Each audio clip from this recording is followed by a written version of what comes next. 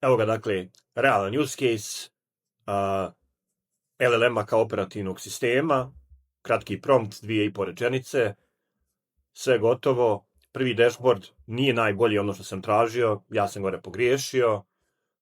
Dodao sam, u svim mailovima imaju i neki višestruke stavke, tako da to uzmi u obzir. Izračunao je sve, završio. Evo pogledajte, tabela, dole su sheetovi, sve je, da kažemo, gotovo u smislu onoga što sam tražio za ovaj use case. Kada sam to završio, napravi to kao skill. Kada sam to završio, napravi to kao workspace agenta. Dakle, realan use case o čemu ćemo danas da govorimo.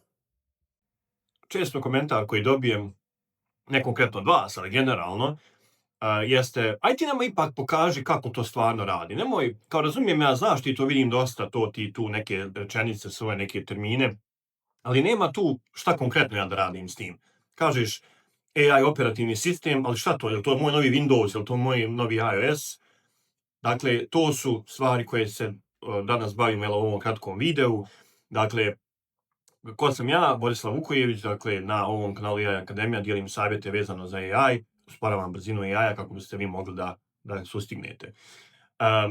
Suština jeste da mnogi ne razumiju da je AI operativni sistem, a ne chatbot. U ovom videu ću ti pokazati kako sam napravio skillove, napravio agenta za praćenje određenog afiliata, dakle u smislu platforme za koju radim, dakle bez muke, što bi mi u narodu rekli. Tako da ako te zanima, ostani do kraja ovog videa i vidjet ćeš u stvari kakav je to use case koji smo započeli na početku ovog videa. Pa idemo. Dakle, kao što ste čuli, ovo je realan use case, dakle u smislu praćenja provizija za affiliate. Ovo je jedan moj projekat, dakle možete naravno raditi na svoje, ali ovo je, da kažemo, prikaz tog use case-a kako on izgleda. Dakle, evo pogledajte prompt, dakle idi u moj Gmail, pošto je konektovan, dakle konektor Gmaila, ne moram to posebno naglašavati, dakle vidite tamo da imam AI provizije, su zarađene mailove, zanima me da mi sabere sve provizije od 9.4. koje su stigle, tako dalje. Tamo piše da je cijena 9 evra, treba biti 15 i napravi spreadsheet. Čak imam jedan type ovde. I ok, odradio je to, jako dobra matematika, super tabela, međutim ja sam napravio jednu grešku, nisam bio dovoljno precizan. U nekim mailovima, kao što sam ovdje napisao, je više provizija. Dakle, nije samo jedan, nego su stakovane u jedan thread.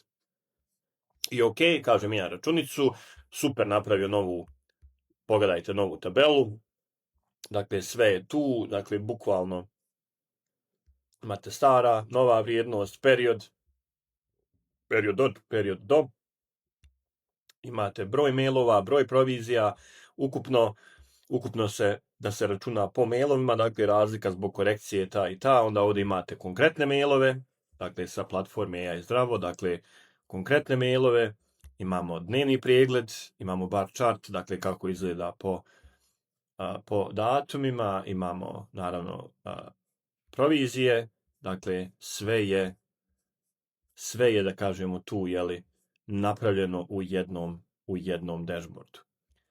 Dakle, šta je onda poenta ovog videa, jedno što ste čuli u uvodu, sad da ne bude nekakve zabune, ovo je odličan use case. Sad kako od ovog use case da napravite konkretne agente za ovo? Postoje dva pristupa, jedan je pseudo-agentski, drugi je potpuno agentski.